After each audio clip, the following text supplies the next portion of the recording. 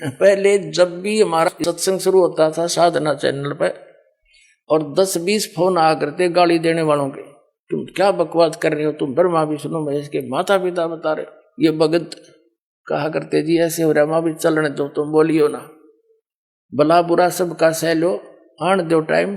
भगवान का बोला शब्द है, कोई मेरा अपना कहा हुआ थोड़ा ही है। प्रमाणों को देख देख कर सबके बुद्धि सेंटर में आ गई, भाई सच्चाई तो ये है।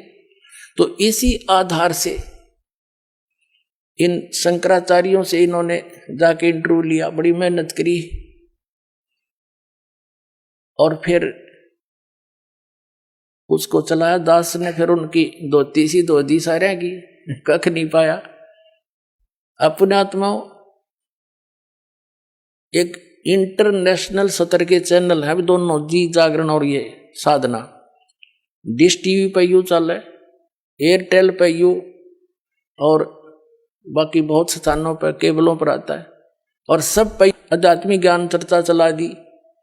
और उनके मुंह में जबान नहीं रहा, सदमा सा हो गया सबके, सांस नहीं काटते। बोलो बताओ, या तो मैं गलत कह रहा हूं तो बताओ, रामपाल गलत कह रहा है बताओ कितने चूज हो गए वो सारे।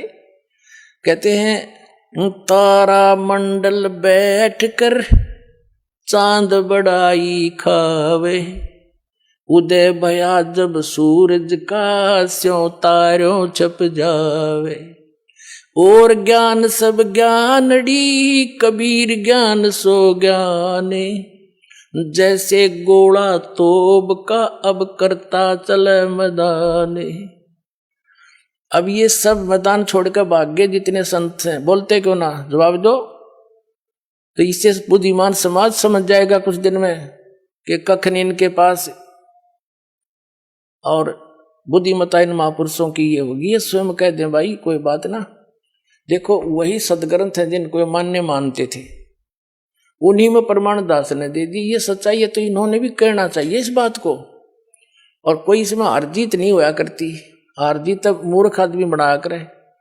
हम परमात्मा के बच्चे हैं, सारे कष्ट पा रहे हैं यहाँ पर, और इनका बहुत बड़ा उपकार हो जाएगा जब अपने मुंह से जल्दी कह देंगे ना, तो सब समझ जाएंगे वे सचमुच सच्ची कहे हो। क्योंकि कुछ एक संतों ने तो ये कह दिया है कि रामपाल की पुस्तक नहीं पढ़ना, रामपाल का सत्संग नहीं देखना। तो क्या वो मित्र है उनके? वो तो दुश्मन है। सबका सुनो सत्संग और कंपेयर करो, सबके साथ तुलना करो, तो संत नहीं है।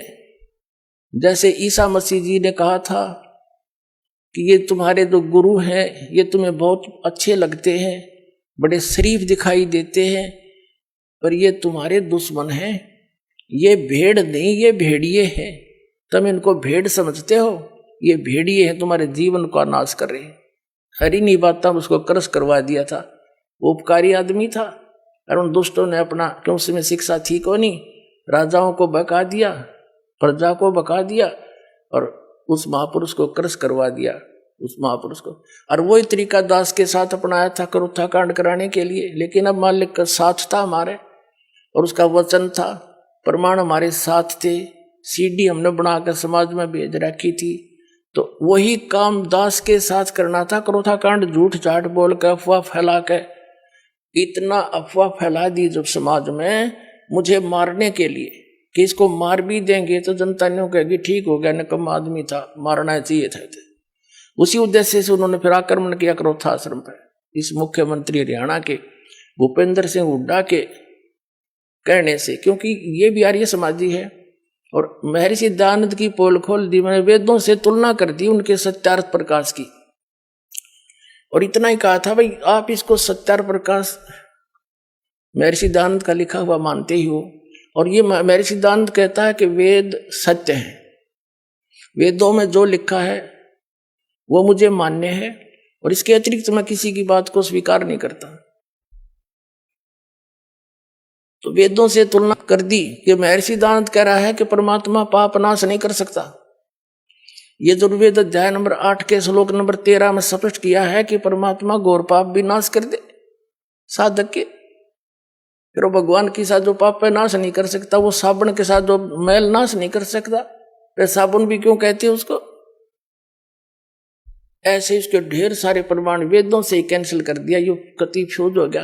इन आचार्यों ने पता चला कि ईब तुम्हारी रोजी रोटी जावेगी, जय हमारे अनुयायियों को पता लग गया। इसलिए इन्होंने उनकी जनता का दिमाग बदलने के लिए मेरे को बदनाम करा, छक्के इतना बदनाम कर दिया कि घर के भी नफरत कर दिया आदमी थे, जो इतनी भी झूठ होती हमारे अंदर। लेकिन आज वही रामपाल है, शिखर में जाएगा यो ज्ञान। हाँ, पता लग जाए सबको।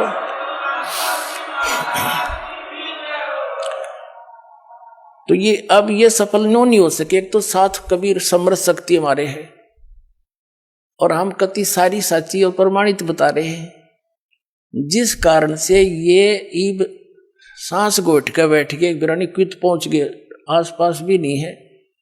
आसपास का मतलब है जैसे आदमी के बारे में कोई बात कही जाती है तो उतरते देवे अन्यों कह देवे रामपाल ने यह झूठ बोल दी, तो हम फिर उसका दोबारा उत्तर दें, भाई नहीं देखो ये प्रमाण है, ये ठीक हो। इनके साथ तो वह बन गई। एक व्यक्ति बता रहा था, नो बोला हमारे गांव में एक भैंसा घनांडी पाक रहा था, और उसने गांव में कोई दूसरा भैंसा छोड़ा नहीं, उसको मार कूट कर सीमा से बाहर छोड़ के आया करता। पूरे गांव में अकेला था, बड़ा तगड़ा था।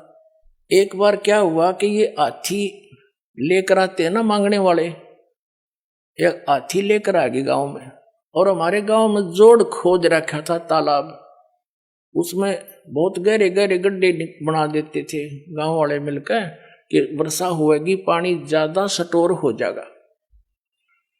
और वो भरा हुआ था, कुछ नहर से भरवा दिया था, तो फुल था वो सरोवर। हाथी वाले आए, उन्होंने अपना सारा दिन गांव के नगर में कुछ मांगा मूंगी करी, हाथी दिखाकर वो दाने दूने कपड़े लेते, और फिर वहां बैठ के तालाब के किनारे आप खाना खान लग गए, और हाथी छोड़ दिया उस तालाब में। हाथी गहरा गहरा पानी था, उसमें खूब मस्ती मारा, उसके अंदर लौट रहा गर्मी में। हाथी का थोड़ा सा सिर दिखा और सूंड थोड़ी सी दूर इतना दिखा। वो जोटा आ गया भैंसा पानी पीने के लिए दोपहर में। अब उसने हाथी का थोड़ा सा सिर दिखा बाहर, जोटे ने सोचा दूसरा जोटा कैसे आ गया जो मेरी जो डायरेक्शन में। वो बता रहा था कि वो जोटा चला पानी में उस हाथी की तरफ, तो इसको मारूं टक्कर, अब इसको करूं ठीक। हाथी ने भी देख लिया कि वो आ गया तेरे निकट। हाथी उस बाहर निकला, उस खड्डे से एकदम बाहर खड़ा होगा, और जोटा नो देखा, और उसके मुंह पर मारा पानी, फर सूंड में भर रखा था। उन्होंने बताया था कि वो जोटा वहां से दौड़ा था सपेट कसूती स्पीड थे, और 3 किलोमीटर 4 किलोमीटर हमारी सीमा है दूसरे गांव की, उस सीमा ते पार जाकर उसने पीछे मुड़ के देखा। तो और गांव के लोग नो देखे भाई इसका कोई पीछे भी नहीं लग रहा, और यूं इतना कसूता भाग जा क्यों जा है, सीमा पार कर गया। तो पता लग गया कि ऐसे ऐसे बन गई अंडी गेला। तो पुण्यात्माओं दास ने यू सारा हाथी दिखा दिया इन ताई। अब ये पता नहीं कहां जाकर डटेंगे।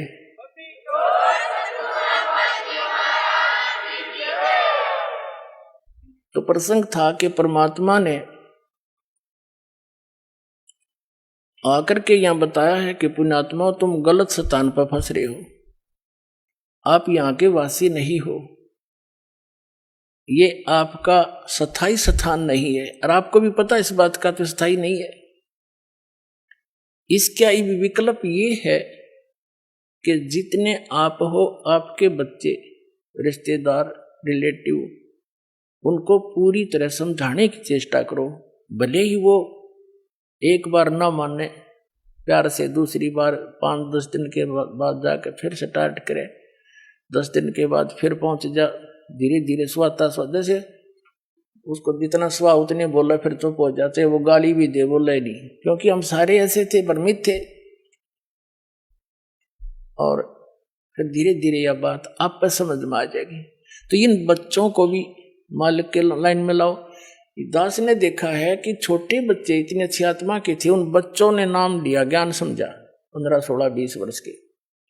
फिर माता पिता संघर्ष करें तो अंदर देवता पूजने छोड़ दिए, समाज पर भी माथा ना टेकता, तो कि हमारा कुपूत पैदा हो गया, किसी कहीं लड़की ने नाम लिया तो उसके पीछे घर के पड़ गए। अब धीरे धीरे उन्होंने सारे परिवार ने आना पड़ा इस ज्ञान समझ के, फिर रोज के नए नए सुख दिए परमात्मा ने। तो आज वही परिवार समर्पित हो गया इस दाता पर। पहले हमने गाली देवा था, अब ऐसी अफवाह फैलाते हैं बहुत से लोग कि रामपाल तनु का है कि अपने जो कोई मर जावे उसने घसीट के ले जाओ, कंधा भी मत दो। इन्हें झूठ बोलने तो मतलब है और दूसरा काम नहीं। नकलिया ने कोई बात हुई, हम सरेआम कहते हैं संस्कार करो, विधि से ले जाओ, जो बेमतलब के बवंडर है वह ना करो। जैसे मरने वाला मर गया, उसने फूकन की तैयारी कर रहे, अन्यों का भी इसका स्नान कराओ, वो खाक स्नान कराओ है, फूकन जान लाग रहे हैं और न नवाओ दुआओ। ये बेमतलब की बकवादी न शुरू करा रखी। फिर क्या है, जैसे कफन है, मुर्दे को ढकने के लिए एक पर्याप्त है। अब क्या परंपरा बना रखी है, आसपास के जितने भी व्यक्ति होंगे, घर हैं जैसे उसके 10-20 घर हैं आसपास के कुल के लोग, तो 10 के 10 चादर डालेंगे उसके ऊपर और उन्हें फिर फूकने जाएंगे। ये बात हुई है, ये एक्स्ट्रा वेजेंस मतलब की बकवाद। एक कफन डालो, तो हमारे विरोधियों ने क्या अफवाह फैला रखी थी कि रामपाल तनु का कफन भी मत डालो। रामपाल नु कहा ये एक्स्ट्रा मत डालो, एक अवश्य डालो। ये तो चादर भी डालने तो नाटे है, बुढ़िया मर जाओ उस पास की 20 चुंदड़ी डालेंगे, 20, एक बतेरी ढक के ले जाना, फूक का आना है। बता क्या मतलब है ये। तो इस तरह की जो अनावश्यक परंपरा है यह खत्म करनी पड़ेगी हमने। कोई बुद्धि से काम लो, नो थोड़ा है कोई किसी के कहने से धक्के से मैं कह रहा हूं, ये ऐसे प्रमाण दूंगा कि आप अपने आप मानना पड़ेगा आपको, इसकी आवश्यकता ही नहीं है। तो इस प्रकार ये जो क्रियाएं हमने अननेसेसरी बना ली, ये परंपराएं, ये भी हमारे भक्ति बाधक है। जो भक्ति नहीं करता कुछ भी करो, हमने क्या दिक्कत है। जो डॉक्टर के ट्रीटमेंट के अंडर है तो डॉक्टर उसी के लिए परहेज बताता है। दूसरा से कितना रोगी हो उसकी दवाई ना ले रहा हो, क्या बताओगा उसको परहेज, कुछ भी खा मर। तो कहने का भाव ये है पुण्यात्माओं कि आप यहां गलत स्थान पर आ गए, ये रहने का स्थान नहीं है। अब परमात्मा ने आकर ये ज्ञान दिया कि और ज्ञान सब ज्ञानड़ी, कबीर ज्ञान सो ज्ञान, और जैसे गोला तोब का इब करता चले मैदान। ये तोब का गोला है, तत्व ज्ञान परमात्मा का दिया हुआ, और कर दिया सारा साफ। थोड़े दिन लगेंगे और घना टाइम ना लगे, क्योंकि अब तो विस्फोट सा हो रहा है। और जो दास परमात्मा का दिया हुआ ज्ञान और जो यहां भी रहने की क्रियाएं हैं, यही है जो दास बता रहे। और एक दिन पूरे विश्व को माननी पड़ेगी या दो दास की सीख है, परमात्मा का दिया उपदेश है, और तभी हम सुखी होंगे। और इसी नाम को सबको ग्रहण करना पड़ेगा, क्योंकि भगवान का आदेश है। और काल से इस काल भगवान ने अपने वचन में कह रखा है कि कलयुग में कितने जीव ले जाइयो तुम, सतयुग त्रेता द्वापर में थोड़े जीव ले जाना। तो परमात्मा ने 3 युग बाट देखी, इंतजार की इसकी, और इसने 3 युगों में हमारे साथ के जुल्म करा दिए, हमें कितने मजहब बना दिए, नारी नारी भाषा बना दी। 100-200 किलोमीटर के बाद जाकर भाषा बदल जाती है। बता किस किस ने समझावे। अब इदास नहीं हिंदी आती है और कोई मराठी जानता है, मराठी में क्यों कर समझाऊं उसने हैं, और दूसरी भाषा में कैसे समझाया जाए। तो ऐसा जुल्म कर दिया इसने हमारे साथ कि एक क्षेत्र में आया संत वहीं कर के अपना जीवन नष्ट चला जाओ, दूसरा समझे नहीं इसकी बात नहीं। तो अब परमात्मा ने दया बख्शी है, ये ज्ञान ऐसा है और सभी भाषाओं के बच्चे इसे परिचित हो गए। अब वो अपनी अपनी लैंग्वेज में इनको बना के तत्व ज्ञान को छपवा रहा है और अपने बहन भाइयों को वहां बांट रहा है। तो परमात्मा ने ये मीडिया बना दिया।